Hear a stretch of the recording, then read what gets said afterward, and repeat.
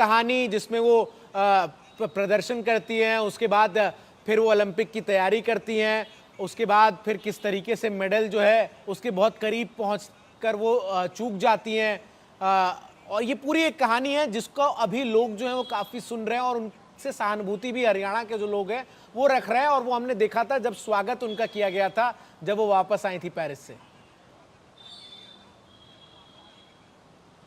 देखिए मैं बताऊं, ये जो पूरा फोगाट परिवार है, मैं 2010 से इनको कवर करता आया हूं और जो स्पोर्ट्स रिपोर्टिंग के दौरान भी जब मौका था कॉमनवेल्थ गेम्स में, तो जब गीता जीती थी, बबीता जीती थी, मैं इनके साथ तमाम इंटरव्यूज़ किया था। तो बलाली और जो आमिर खान की जो मूवी थी वो तो काफ़ी बाद में आई। मैंने इनको एज ए रिपोर्टर भी काफ़ी हद तक इस फोगाट परिवार को, इनके फादर जो हैं इनको भी, हालांकि जो पूरी स्क्रिप्ट को आप पढ़ें तो ये देखेंगे कि विनेश फोगाट में और गीता बबीता में भी फ्रिक्शन है। ऐसा नहीं है कि ये कजन सिस्टर्स के अंदर कोई बहुत आपसी में सहमति है। और विनेश बहुत ज़्यादा, जो इनके चाचा हैं, ताऊ हैं, जो आमिर खान वाला रोल निभाने वाले, तो उनको कोई बहुत ज़्यादा क्रेडिट देते हो। फ्रिक्शन यहाँ पहलवानों में भी है। लेकिन महत्वपूर्ण ये है कि जो कहानी में स्क्रिप्ट समझा रहा था कि वो बन ऐसे गई कि 3 पहलवान सबसे बड़े थे उसमें। विनेश फोगाट उस समय उससे छोटी थी, लेकिन 2 ओलंपिक में वो खेल चुकी थी।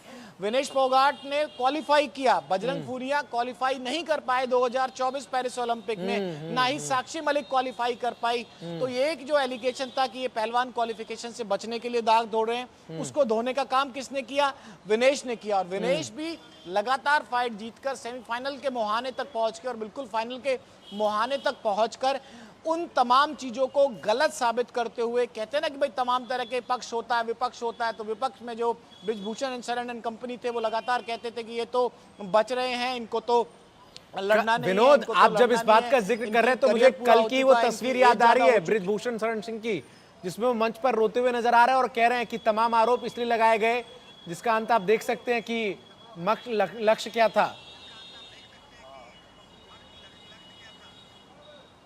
देखिए निश्चित तौर पर ब्रिजभूषण शरण की भी और वो पूरी कहानी इस तरह से चली कि उस ऑड को गलत साबित करते हुए ना सिर्फ विनेश फोगाट पेरिस ओलंपिक के लिए क्वालिफाई करती है और बिल्कुल मेडल के मुहाने में, अब इसे किस्मत का खेल कहिए या फिर कोई और वजह, जिस तरह के आरोप प्रत्यारोप दोनों तरफ से लगते हैं कि कोई साजिश थी या नहीं थी, और वो मेडल से चूक जाती है। उसमें टेक्निकल फॉल्ट को लेकर भी बड़ी इंक्वायरियां हुई कि किस तरह से कोचिंग स्टाफ की दिक्कत थी या फिर जो नियम थे, नियम तो अपनी जगह है, ओलंपिक जैसे खेल में कोई नियम से तो कोई समझौता होता नहीं है। लेकिन 300 ग्राम वेट ना होने के बाद जो वेव उठी, जो माहौल बना, उस लिहाज से मैं कह रहा हूं कि विनेश की जो स्टोरी है वो एक लीडर, ये कहें कि जो एक सिंपैथी है।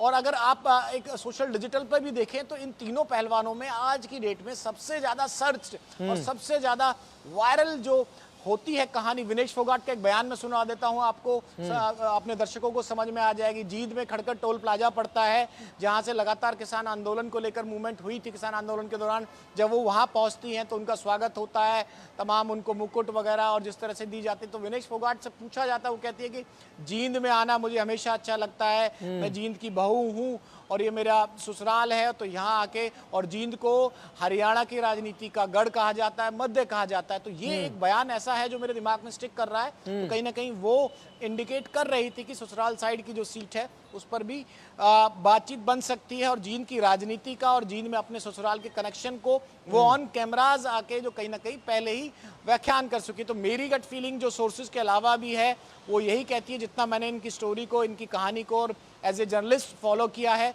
मेरे हिसाब से जींद साइड ही ज़्यादा जाने के चांसेस है। और अगर आप सोर्सेज के अलावा भी पूछेंगे तो मुझे ऐसा खुद लगता है, पर्सनली ये मेरा ओपिनियन है। ठीक है विनोद, हालांकि पता हमारे साथ मुकेश राजपूत इंडिया न्यूज हरियाणा के चैनल हेड जुड़ रहे हैं। सर स्वागत है आपका बहुत बहुत।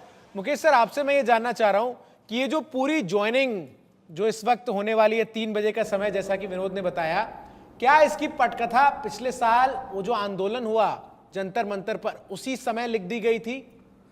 बिल्कुल चंदन, बहुत ही वाजिब सवाल आपने पूछा है। और अगर कांग्रेस ये कहने की कोशिश कर रही है कि विनेश फोगाट कांग्रेस में आ गई है तो उन्होंने एक बहुत बड़ी बाजी मार ली है, लेकिन अगर सिक्के के दूसरे पहलू को हम देखें तो ये भी एकदम साफ है। भारतीय जनता पार्टी लगातार इस विषय को राजनीतिक करार दे रही थी, तो ये राजनीति हो रही थी। अब भारतीय जनता पार्टी इसको इस तरीके से भुना सकती है। क्योंकि विनेश फोगाट, बजरंग पूनिया जब संघर्ष कर रहे थे तब उनसे मिलने दीपेंद्र हुड्डा जाते हैं, उनका हालचाल पूछते हैं, तो भाजपा लगातार कह रही थी कि ये जो आंदोलन है इसको राजनीतिक रूप दे दिया गया है। और इसको और थोड़ा सा अगर हम गहराई से समझने की कोशिश करें तो जो बृजभूषण सिंह हैं, जो भारतीय जनता पार्टी के एमपी रहे हैं, बाहुबली नेता भी कहे जाते हैं जी, वो कुश्ती संघ के अध्यक्ष थे। और उनके अगर हम ओपोनेंट की बात करें तो ओपोनेंट के तौर पर दीपेंद्र हुड्डा थे। तो मुझे लगता है कि ये जो बृजभूषण सिंह वर्सेस दीपेंद्र हुड्डा, या यूं कहिए कि कांग्रेस वर्सेस बीजेपी, तो फिर गलत नहीं होगा। और आज जब वो ज्वाइन कर रही हैं कांग्रेस को, तो कांग्रेस के लिए ये अच्छी खबर है कि एक ऐसी खिलाड़ी जिसने विश्व में भारत का नाम ऊंचा किया है, जाट समुदाय से आती हैं, कांग्रेस में शामिल हो रही हैं, बजरंग पूनिया उनके साथ में हैं, तो ये कांग्रेस के लिए अच्छी खबर है। लेकिन भाजपा के लिए भी बुरी खबर नहीं है, क्योंकि भाजपा पे जो मुख्य 3 दाग आप कह सकते हैं, या जो ओपोजिशन वाले हैं वो लगा रहे हैं, अग्निवीर का मुद्दा है, उसमें भाजपा थोड़ा सा बैकफुट में रहती है, दूसरा किसान आंदोलन है, और तीसरा मसला ये था।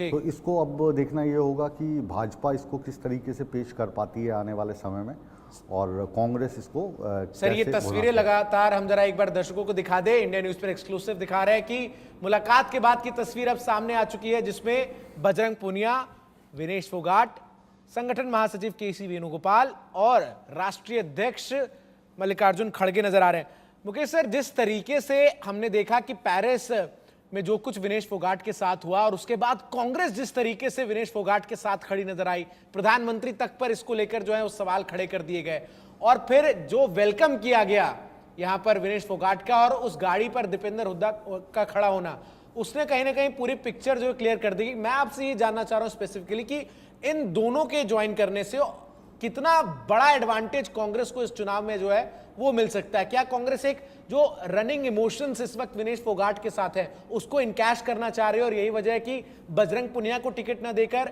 विनेश फोगाट को टिकट दिया जा रहा है? देखिए, आप चंदन पेरिस की बात कर रहे थे, तो पेरिस में जो मुकाबला हुआ वो मुकाबला जाहिर है कि भारतीय जनता पार्टी या भारत सरकार तो करवा नहीं रही थी। उसके कुछ नियम थे, और उन नियमों के तहत जब 100 ग्राम वेट ज़्यादा निकला विनेश का, तो वो उसमें क्वालिफाई नहीं कर पाई, और जो पदक थे उनको नहीं मिल पाए। और ये विनेश फोगाट के लिए या कांग्रेस के लिए जितने दुख की बात है, उतनी ही बात मुकेश और चंदन के लिए भी हो सकती है, और